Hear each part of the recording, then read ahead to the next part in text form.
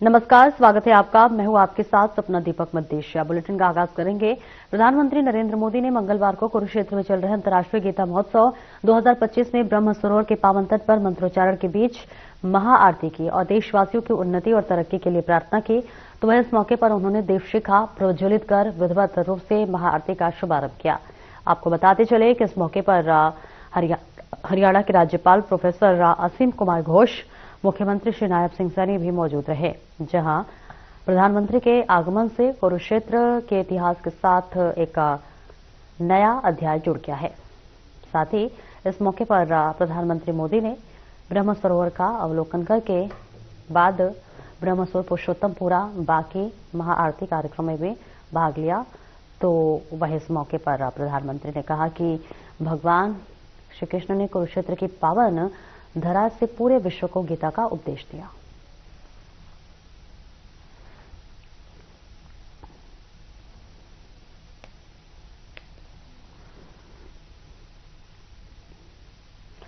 वहीं कुरुक्षेत्र में श्री गुरु तेग बहादुर जी के 350वें शहीदी दिवस पर कार्यक्रम का आयोजन किया गया, जिसमें मुख्य अतिथि के तौर पर पीएम मोदी ने शिरकत की। इस मौके पर राज्यपाल असीम कुमार घोष और सीएम नायब सिंह सैनी भी मौजूद रहे। आपको बताते चले कि पीएम मोदी ने गुरु तेग बहादुर जी के जीवन पर आधारित प्रदर्शनी का अवलोकन किया। पीएम मोदी, राज्यपाल और सीएम सैनी ने श्री गुरु ग्रंथ साहिब के सामने शीश नवाया। कार्यक्रम में पीएम मोदी ने गुरु के बलिदान को याद किया, तो वहीं सीएम सैनी ने कहा कि पीएम ने कार्यक्रम में आकर हमारा हौसला बढ़ाया।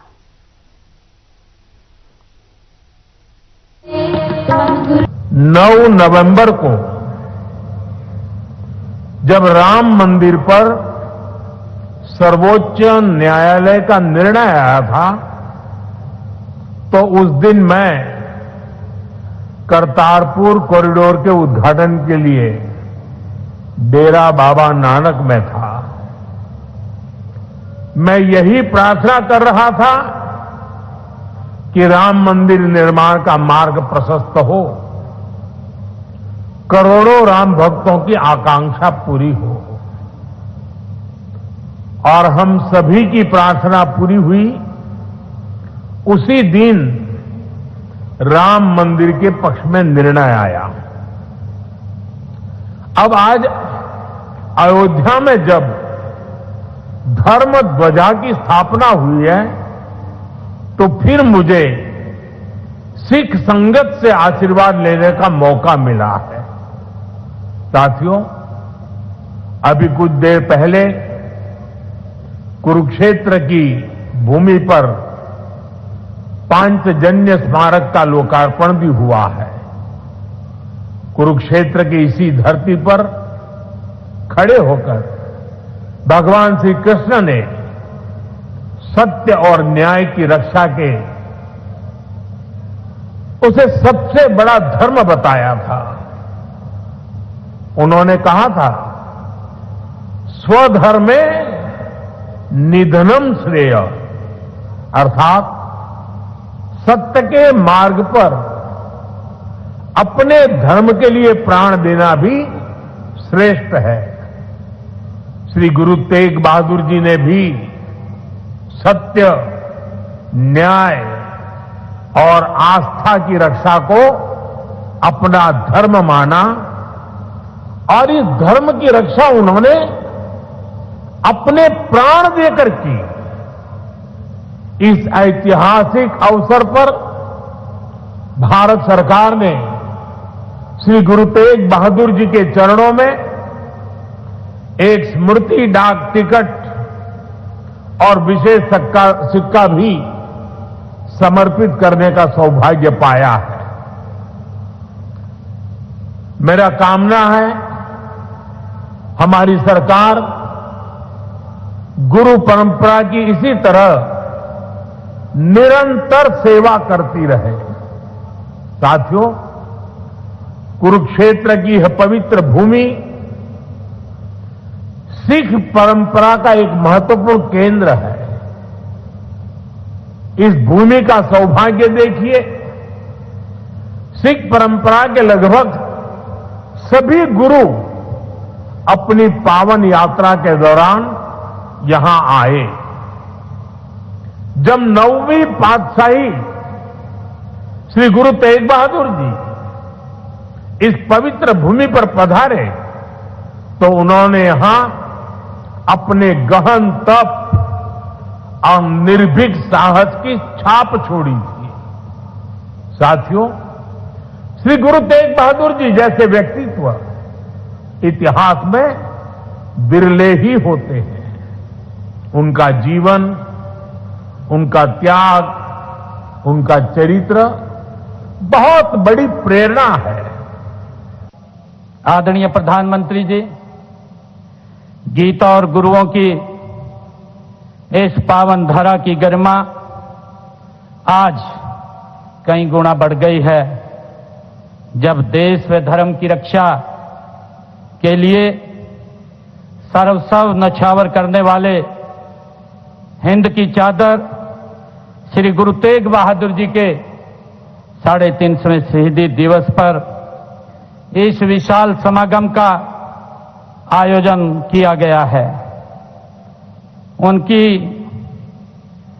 मुझे याद है कि उनकी स्तुति में सर्वंशदानी दशम पातशाह गुरु गोविंद सिंह जी ने कहा था कि धर्म हेतु साका जिनी किया, शिशु दिया परु सिरु न दिया। आदरणीय प्रधानमंत्री जी, गुरु जी के शहीदी दिवस पर प्रदेश सरकार ने हरियाणा गुरुद्वारा प्रबंधक समिति के साथ मिलकर के हरियाणा प्रदेश में अनेक आयोजन किए हैं ताकि गुरु जी की शिक्षाएं प्रदेश के बच्चे बच्चे तक पहुंचें।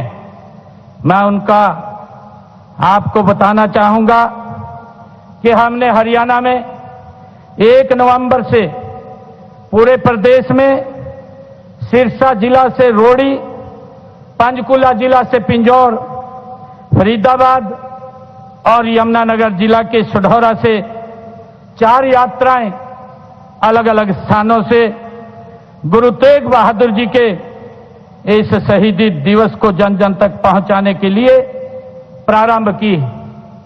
तब से शुरू करके आज तक प्रदेश में हमने 350 रक्तदान शिविर आयोजित किए हैं। माननीय प्रधानमंत्री जी, जिनमें 27,000 यूनिट एकत्र किया गया है। गुरु जी के जीवन पर प्रदेश के सभी स्कूलों में पंजाबी, हिंदी, संस्कृत और इंग्लिश भाषाओं में निबंध प्रतियोगिताएं आयोजित की गई हैं।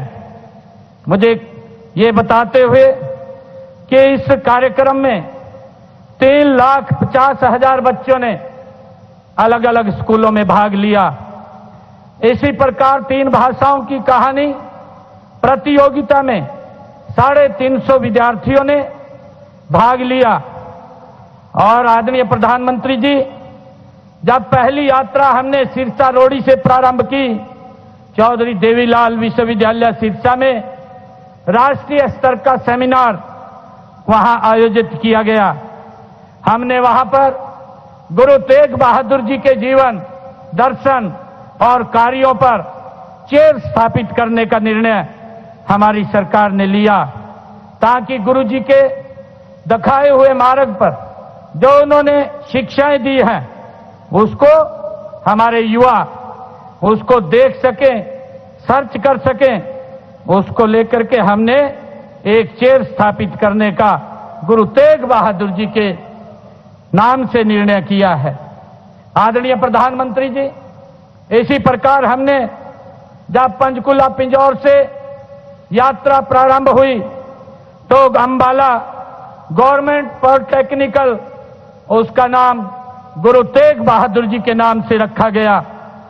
आदरणीय प्रधानमंत्री जी, हमने करनाल में हिंद की चादर मैराथन का आयोजन किया, जिसमें 80,000 लोगों ने भाग लिया और उसी के साथ ही गुरु जी का शीश को आनंदपुर साहब पहुंचाने के प्रण से अपना शीश कुर्बान करने वाले दादा खुशहाल सिंह दैया जी के बलिदान, उनके जन्म स्थली बड़खालसा में उनकी याद में एक राज्य स्तरीय हमने समारोह का आयोजन भी वहां पर किया है।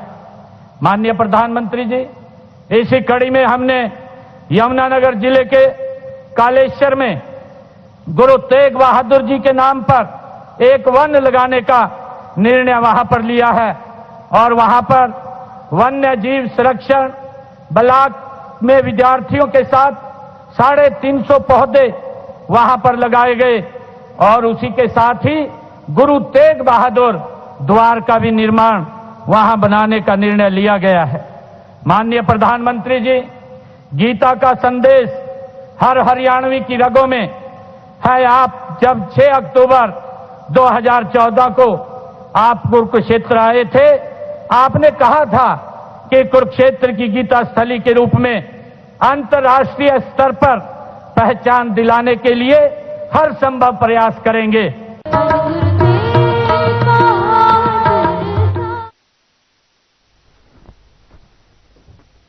श्री गुरु तेग बहादुर के शहीदी दिवस कार्यक्रम में शामिल होने से पहले पीएम मोदी ने कुरुक्षेत्र में 5 जन स्मारक का उद्घाटन किया। इसके साथ ही पीएम ने अनुभव केंद्र का अवलोकन भी किया। 2 तस्वीरें आपके सामने हैं जिसको हम आपको दिखाने जा रहे हैं। आप देख सकते हैं 2 तस्वीरें आपके सामने हैं। इसमें पहली तस्वीर में पीएम मोदी 5 जन स्मारक का उद्घाटन कर रहे हैं, तो वहीं दूसरी तस्वीर में अनुभव केंद्र का अवलोकन कर रहे हैं।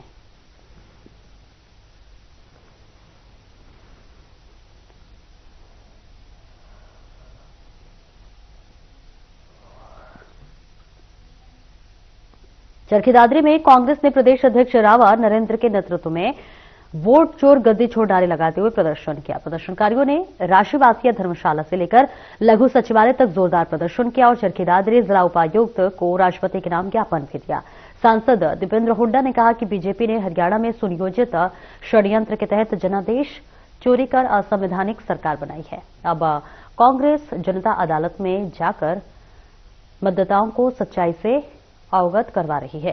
कांग्रेस की लड़ाई सत्ता के लिए नहीं बल्कि देश के संविधान और लोकतंत्र को बचाने के लिए है।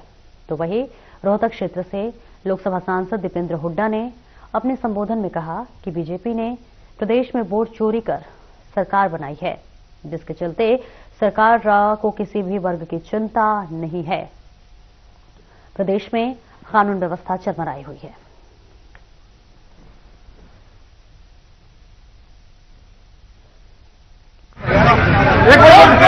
नवंबर को इंदिरा भवन दिल्ली के अंदर जो मीडिया के सामने साक्ष्य प्रस्तुत किया कि किस तरह भारतीय जनता पार्टी ने बनती हुई कांग्रेस की सरकार जो चोरी की, 25 लाख वोटों की जो हेराफेरी की, हरियाणा में हर 8वां वोटर फर्जी डुप्लीकेट था। इस बात के लिए कांग्रेस पार्टी ने फैसला किया है कि हम हरियाणा के हर जिले के अंदर, जो आज हमारा पार्टी की तरफ से 10वां जिला था, उससे पहले हम 9 जिले में प्रदर्शन और ज्ञापन दे चुके हैं कि हमने मांग की है कि महामहिम राष्ट्रपति से जो सरकार चोरी से बनी है, अवैध तरीके से बनी है, संवैधानिक है और लोगों की भावनाओं को कुठाराघात है। हरियाणा के लोग अपने आप को ठगा सा महसूस करते हैं, इसलिए मेहरबानी करके आज देश के किसान को देखते हुए, मजदूर को देखते हुए, गरीब को देखते हुए और देश की जनता को देखते हुए, उनके वोटरों की वैल्यू को देखते हुए इस सरकार को बर्खास्त किया जाए और उच्च स्तरीय जांच की जाए।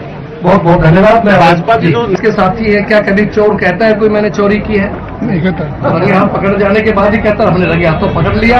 इसलिए भाजपा क्या बड़ाई करेगी, कांग्रेस सही कर रही है। भाजपा के लोग तो बड़ा इस बात के लिए दुखी है कि हमारी तो पोल खुल गई, सारे देश में विदेशों तक बात चली गई किस तरह से आपकी बनती हुई सरकारें चुराई गई है। हरियाणा के बच्चे बच्चे की जबान पे थी कि राज कांग्रेस का बनेगा।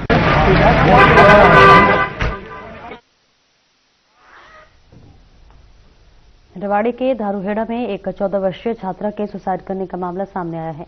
जानकारी के मुताबिक शाम सेक्टर 6 थाना क्षेत्र के हाउसिंग बोर्ड में रहने वाली रिंकू कुमारी ने किराए के मकान में से पंखे से लटक कर जान दे दी है। तो वही सूचना मिलते ही पुलिस मौके पर पहुंची हुई है, जिस पर जांच अधिकारी एएसआई महिपाल के अनुसार शव को पोस्टमार्टम के लिए सिविल अस्पताल रेवाड़ी भेजा गया है और बाद में परिजनों को सौंप दिया गया है।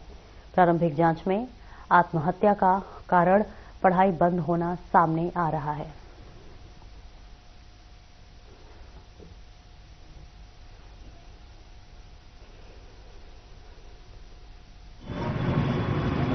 क्या था कि एक लड़की है जिसकी उम्र 14-15 साल है और नाम है रिंकू कुमारी। ये हाउसिंग बोर्ड 615 मकान में हाउसिंग बोर्ड में रह रहे हैं काफी टाइम से किराए पे, और मोतिहारी बिहार के रहने वाले हैं। ये लड़की ऑक्सफोर्ड स्कूल में पढ़ती थी और 6 बहनें और एक भाई, टोटल 7 भाई बहन है। जो इसका माता पिता की कंडीशन कमजोर थी, पढ़ाई में ये ठीक थी, लेकिन स्कूल का बता रहे हैं कि फीस वगैरह ना इनसे पूरी पड़ रही थी, तो उन्होंने उसका स्कूल छुड़वा दिया था। स्कूल छुड़वाने के बाद से ही ये मानसिक रूप से डिप्रेशन में चल रही थी, और उसी के चलते इन्होंने अपने किराए के मकान में कल शाम को 6:30 बजे के करीब छत पे जो पंखा होता है उसको अपने बेड पे चढ़ के फांसी का फंदा लगाकर अपनी जीवन लीला समाप्त कर ली।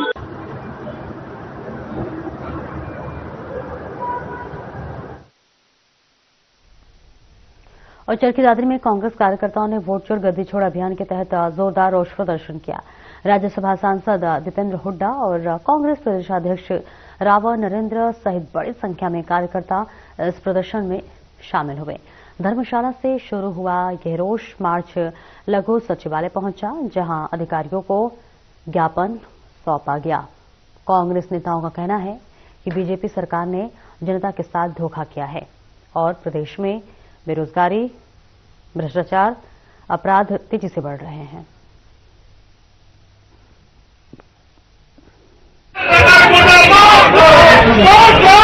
वोट चोर गद्दी छोड़ का नारा आदरणीय राहुल जी ने दिया। उसके पीछे एक रीजन था कि उन्होंने पहले कर्नाटका में, फिर महाराष्ट्र में और फिर हरियाणा के अंदर विद प्रूफ बहुत सारी चीजें डेटा के साथ में पेश की, और उससे लगा कि वाकई में बहुत थोड़े मार्जिन से हरियाणा में हमने सत्ता को गंवाया है, और निश्चित तौर पर उन लोगों ने हमारे साथ अनदेखी की है। तो वो लोग जब तक जनता के बीच जाकर के आक्रोश नहीं दिखाएंगे, तब तक मैं समझता हूं कोई कुछ नहीं कर पाएगा। इसी बात का ये आक्रोश एक तरह से प्रदर्शन था, और उसी बात के लिए हमने आए। पूरा देश आपकी तरफ देख रहा है, क्योंकि लोकतंत्र का चौथा अगर कोई स्तंभ है तो वो मीडिया है, प्रेस है। और इस प्रेस के माध्यम से हमारे नेता आदरणीय राहुल गांधी जी ने 5 नवंबर को इंदिरा भवन दिल्ली के अंदर जो मीडिया के सामने साक्ष्य प्रस्तुत किया कि किस तरह भारतीय जनता पार्टी ने बनती हुई कांग्रेस की सरकार जो चोरी की, 25 लाख वोटों की जो हेराफेरी की, हरियाणा में हर 8वां वोटर फर्जी डुप्लीकेट था।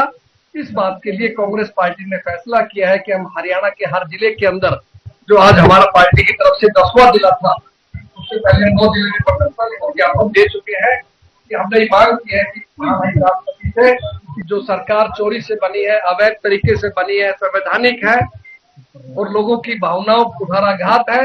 हरियाणा के लोग अपने आप को ठगा सा महसूस करते हैं, इसलिए मेहरबानी करके आज देश के किसान को देखते हुए, मजदूर को देखते हुए, गरीब को देखते हुए और देश की जनता को देखते हुए, उनके वोटरों की वैल्यू को देखते हुए इस सरकार को बर्खास्त किया जाए।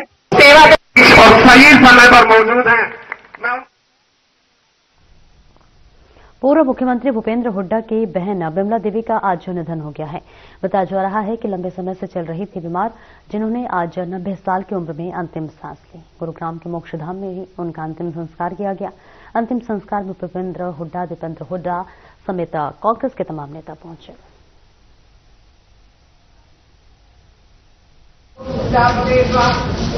हमारे परिवार में बड़े होने के नाते उनका हमेशा आशीर्वाद मुझे प्राप्त रहा, और जो हमारी बुआजी थी बिमला देवी जी, बहुत ही एक धार्मिक और एक सात्विक संस्कारों की एक महिला थी, और बचपन में उन्होंने बहुत लाड प्यार किया, हमेशा आशीर्वाद प्राप्त हुआ और दीर्घायु प्राप्त की।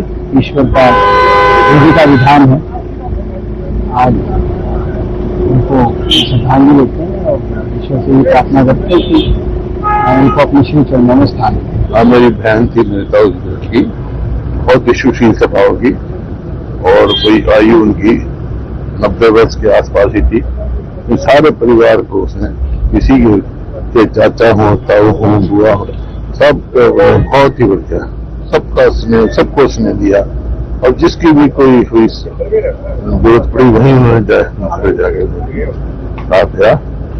आज जो जगह खाली हुई है, मेरी बहन थी, वो तो कोई कर नहीं सकता।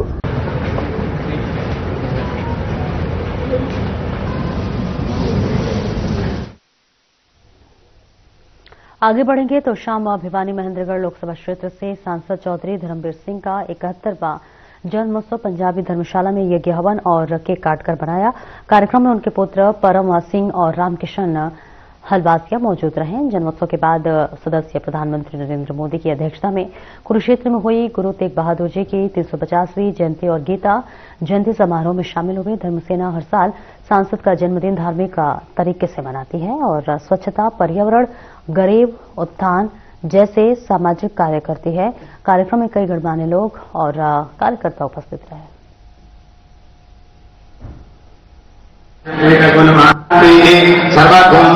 आज हमारे बहुत ही लोकप्रिय सांसद चौधरी धर्मवीर सिंह का 71वां जन्मदिन है और उसके जन्मदिन पर हमने हवन और प्रसाद का प्रोग्राम किया। धर्मसेना के सभी साथी हमारे आज के इस कार्यक्रम की जो देखरेख है मास्टर अश्विनी कुमार और सुनील सूरा के दिशा निर्देश में हुई है। तो हम भगवान से प्रार्थना करते हैं कि सांसद चौधरी धर्मवीर जी की लंबी उम्र हो और राजनीति को आगे बढ़ाए और उनके लड़के भी उनके कदम पद चिन्हों पर चलकर आगे हरियाणा का देश का नाम रोशन करे और बड़ा पद पाए। और हमारे सारे साथियों से निवेदन है कि इस प्रोग्राम के बाद सारे साथी अपनी अपनी गाड़ी लेकर हम आदरणीय प्रधानमंत्री मोदी जी की रैली में कुरुक्षेत्र के लिए प्रस्थान करेंगे। आज हमारे लोकप्रिय सांसद भाई धर्मवीर जी का 71वां जन्मदिन, जो कि धर्मसेना प्रति वर्ष बड़ी धूमधाम से मनाती है। और इस जन्म दिवस मनाने का उद्देश्य यही है कि जितने भी कार्यकर्ता हैं, जो भी धर्मवीर जी की विचारधारा है, जो उनकी समाज सेवा की भावना है, जो उनका देश के प्रति प्रेम प्यार है, जो उनकी सकारात्मक सोच है, सभी धर्मसेना के साथी इसके लिए प्रण करते हैं कि जो विचारधारा भाई धर्मवीर जी की है उस विचारधारा को आगे ले जाएंगे और उनके मार्गदर्शन में आगे कार्य करते रहेंगे। आज आपने हवन यज्ञ भी किया है और क्या कार्यक्रम किया? आज का कार्यक्रम 71वें जन्मदिन का पहले हवन के बाद फिर सभी साथी जितने भी आएंगे सब प्रसाद की व्यवस्था कर रखी है। और इसका उद्देश्य यही है कि एक मिल बैठ के गेट टुगेदर हो जाए और एक दूसरे के साथ अपने विचार साझा कर सकें और देश और समाज के जितनी भी बुराइयां हैं उनके ऊपर हम चर्चा कर सकें। उसमें धर्मसेना अपना क्या योगदान दे सकती है, हम सब उसके ऊपर विचार करते हैं।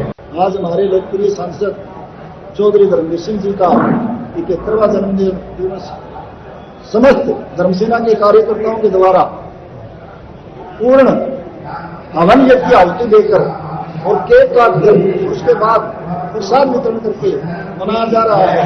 हम भगवान से प्रार्थना करते हैं कि हमारे सांसद महोदय की उम्र लाख गुना हो, हजारों साल वो जिए। और ये जो जन्मदिन मनाया जा रहा है ये एक प्रेरणा स्रोत के रूप में मनाया जा रहा है कि एक आम किसान का बेटा एक पंच के सफर से लेकर सांसद के सफर पर जो पहुंचा है वो उससे प्रेरणा लेकर एक आम कार्यकर्ता भी एक अच्छा सामाजिक कार्यकर्ता और नेता बन सकता है। और हमारी धर्मसेना का मेन उद्देश्य समाज में जो बुराइयां हैं उनको खत्म करना और उसके बारे में अवगत करना है। हम भगवान से दोबारा प्रार्थना करते हैं कि हमारे सांसद साहब को लंबी उम्र दे। फिलहाल इस बुलेटिन में इतना ही। नमस्कार।